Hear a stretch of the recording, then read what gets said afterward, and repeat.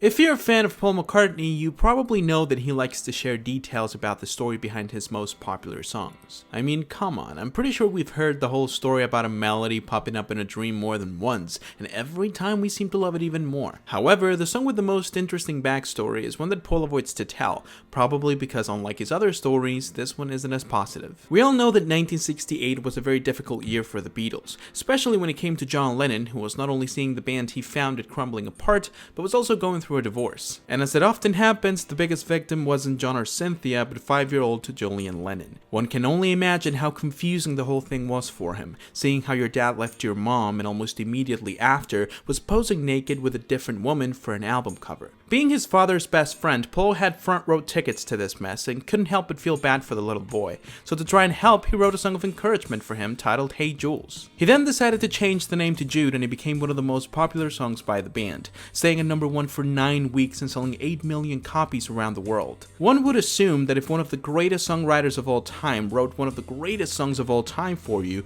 you'd be more than flattered, but for Julian that simply wasn't the case. Cause even though it's clear that he loves Paul, for him the song is nothing but a world-known reminder of what his father did. So it's a great song in that respect, in that message of support. But, you know, it's also a dark reminder of what happened at that time when Dad walked out the door and just left Mum and I.